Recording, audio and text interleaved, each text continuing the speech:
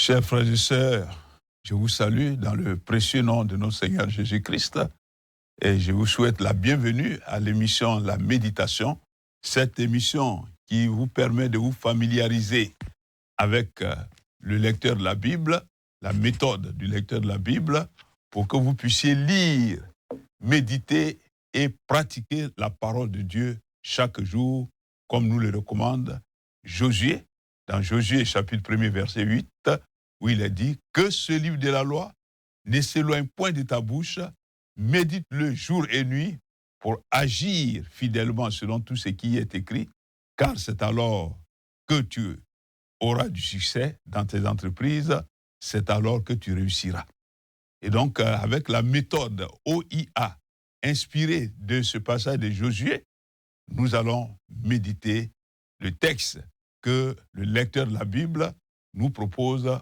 aujourd'hui, 20 avril 2026.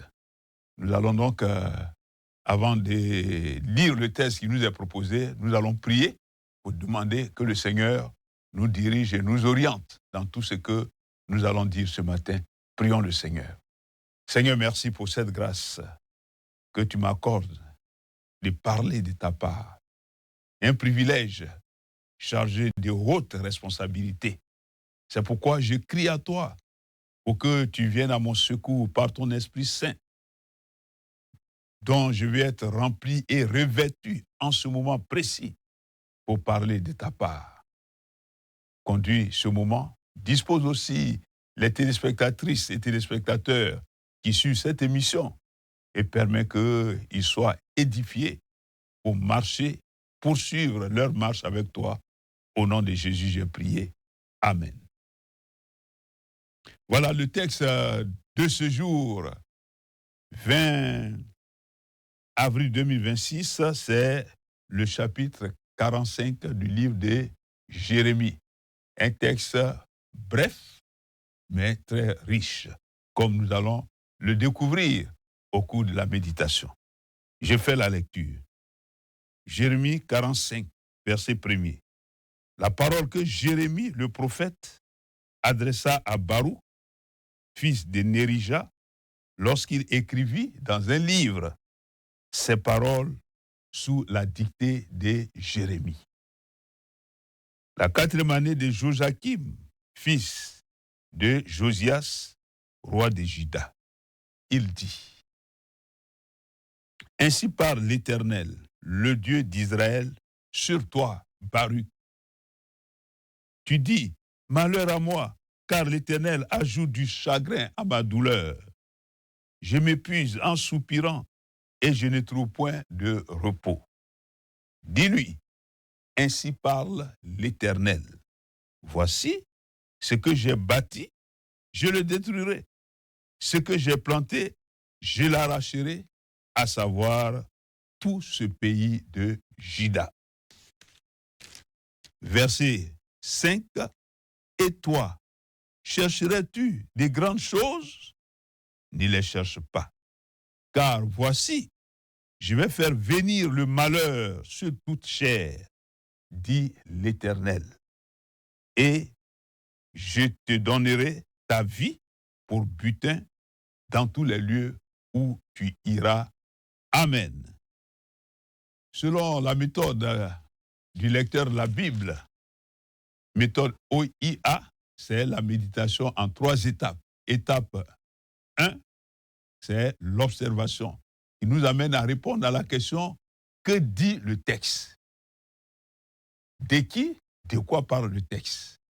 Et pour y répondre, ce que nous pouvons dire en répondant donc à cette première question, de cette première étape de la méditation du texte du jour, c'est que le texte parle du prophète Jérémie, qui a reçu de l'Éternel une mission au profit de son collaborateur Baruch. Donc, ce sont les 2 principaux personnages dont parle le texte. Et le texte parle du royaume de Juda qui va être détruit. Le texte parle aussi de ce que Dieu va faire par rapport à ce royaume-là. Au verset 4, le texte parle également de ce que Dieu va faire aussi au profit de Baruch. Baruch à qui le message du Seigneur est adressé. Et ce message, il est intéressant de relever que ce texte révèle l'état d'esprit dans lequel était Baruch lorsqu'il a reçu de Jérémie l'ordre ou l'instruction d'écrire les paroles de la prophétie qui annonçait justement la destruction du royaume de Juda, la destruction de la ville de Jérusalem. Et c'est dans le chapitre 38 du livre de Jérémie que nous voyons cela. Donc voici de façon générale ce dont il est question, un message d'encouragement adressé à Baruch pour qu'il ne puisse pas céder au découragement et qu'il puisse persévérer dans la mission que le Seigneur lui a confiée par l'intermédiaire de Jérémie le prophète. Après donc cette étape, nous passons à l'étape 2 de la méditation, qui est l'étape de l'interprétation. L'étape de l'interprétation, c'est de dire ce que veut dire le texte. Il s'agit donc d'expliquer, de donner un sens au texte. Et pour cela, le lecteur propose 7 questions. Cette question d'interprétation pour le texte d'aujourd'hui, le lecteur propose 3 questions, la question 2, la question 3 et la question 7. Mais compte tenu de la brièveté de ce texte et de sa richesse, je crois que nous pouvons répondre aux différentes questions d'interprétation en restant dans le temps qui nous est imparti. La question d'interprétation, donc, que veut dire le texte? Et pour cela, le lecteur veut que nous répondions à une première question d'interprétation qui est: est-ce que ce texte m'apprend quelque chose sur Dieu le Père, le Fils et le Saint-Esprit? Lorsqu'on lit ce texte, le texte ne nous apprend rien sur Dieu le Père, Dieu le Fils, le texte ne nous apprend rien sur Dieu le Fils et Dieu le Saint-Esprit. Le texte nous parle plutôt de l'Éternel. L'Éternel qui est ici Dieu le Père. Et ce que le texte nous apprend sur l'Éternel, et cette question, on va la mettre en rapport avec la question numéro 7 qui est: est-ce qu'il y a une vérité que Dieu nous révèle à travers ce texte? C'est que donc, ce que donc le texte nous apprend et qui est aussi une vérité qui nous est révélée à travers ce texte, à plusieurs reprises, il est dit: ainsi parle l'Éternel. Donc, notre Dieu est le Dieu qui parle. Nous avons un Dieu qui parle. Et parce que notre Dieu parle, nous devons l'écouter. C'est la conséquence. Donc, nous avons un Dieu qui parle pour que nous puissions l'écouter. Ce que nous apprenons encore sur Dieu le Père, c'est que quand Dieu parle, c'est pour nous avertir, c'est pour nous donner des instructions qui sont des ordres auxquels il faut obéir. Il y a aussi des promesses qu'il nous fait par rapport aux faveurs qu'il nous réserve.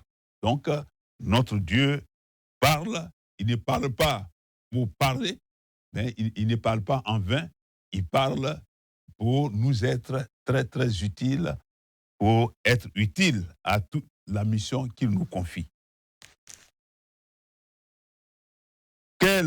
Donc ça, c'était la première question d'interprétation. Est-ce que ce texte nous apprend quelque chose sur Dieu le Père? Oui. Ce texte nous apprend que Dieu est le Dieu qui parle.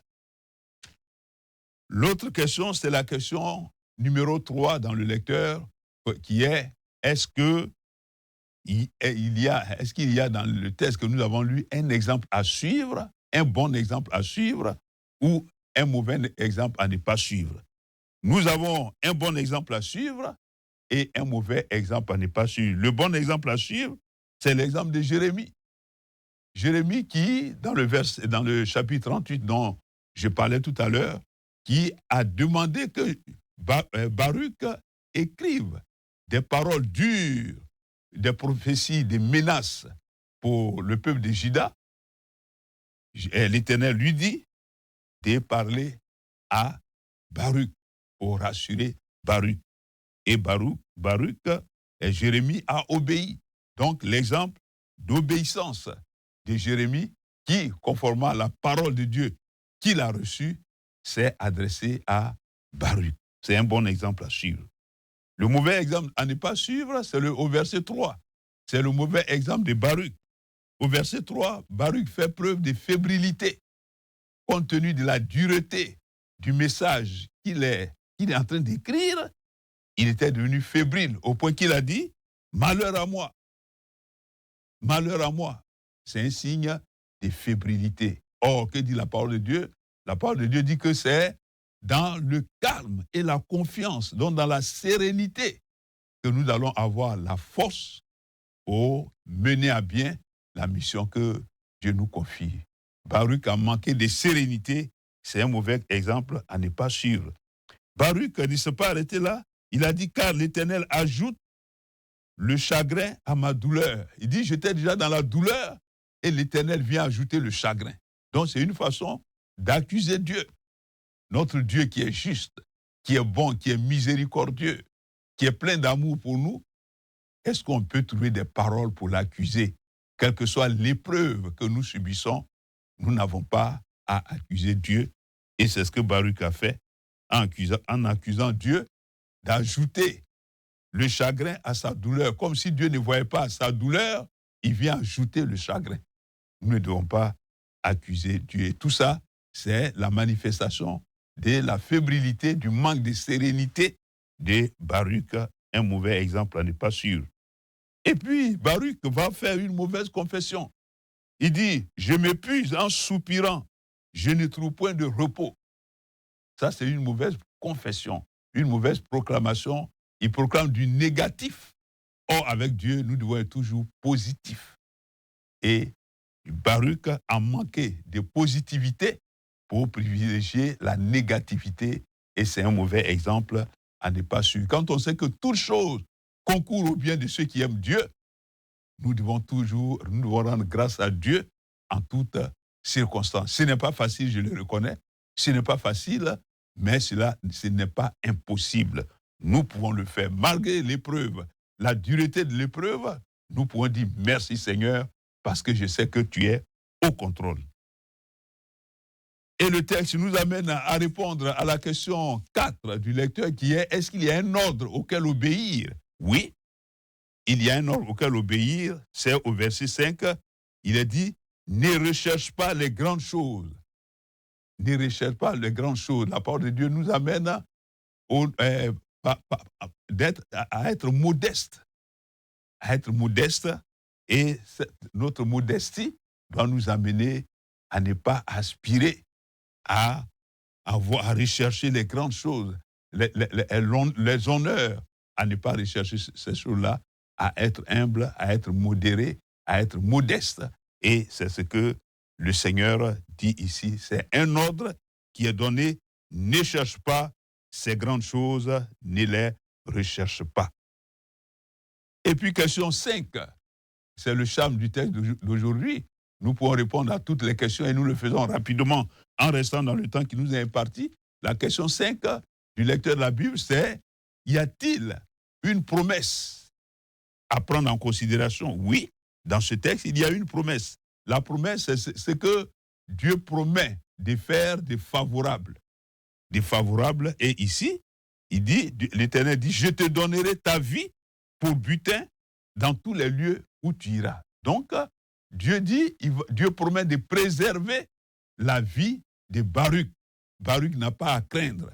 Même si Dieu envoie le malheur, même si Dieu décide de détruire tous ceux qui n'ont pas écouté sa parole, Baruch sera épargné.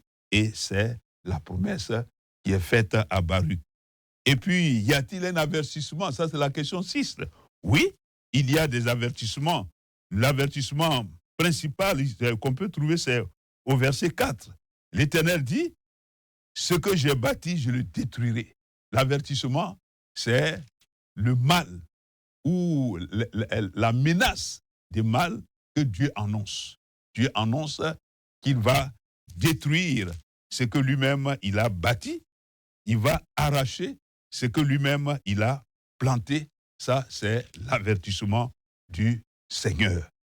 Et puis, l'autre avertissement qu'on a aussi, c'est que Dieu dit au verset 5, je vais faire venir le malheur sur toute chair. Dieu dit, Dieu menace de faire venir le malheur. Dieu annonce le malheur. Et ça, c'est un avertissement.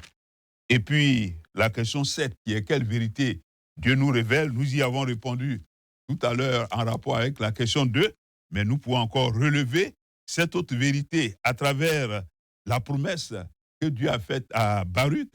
On voit ici que Dieu, quand il envoie son serviteur en mission, il le protège. Il le protège. C'est pour cela que quand Dieu nous confie des missions, quelque difficiles ou dangereuses soient ces missions-là, nous n'avons pas à nous inquiéter. Nous devons être sereins parce que Dieu est avec nous pour nous protéger. Et personnellement, c'est des choses que j'ai eu à expérimenter à plusieurs reprises. Dieu m'a confié des missions. Il m'a donné des paroles à annoncer à des personnes. C'était difficile, mais Dieu m'a fortifié et j'ai pu accomplir ma mission et j'ai vu la protection de Dieu. Quand Dieu te confie une mission, quelque difficile soit-elle, il assure notre protection et c'est pour cela que nous pouvons lui faire confiance et accomplir notre mission. Et puis la question 8, qui est la dernière question, c'est est-ce qu'il y a un texte, d'autres textes parallèles qui nous aident à comprendre le texte que nous méditons? Et le texte parallèle qu'on peut citer, c'est Jérémie 36.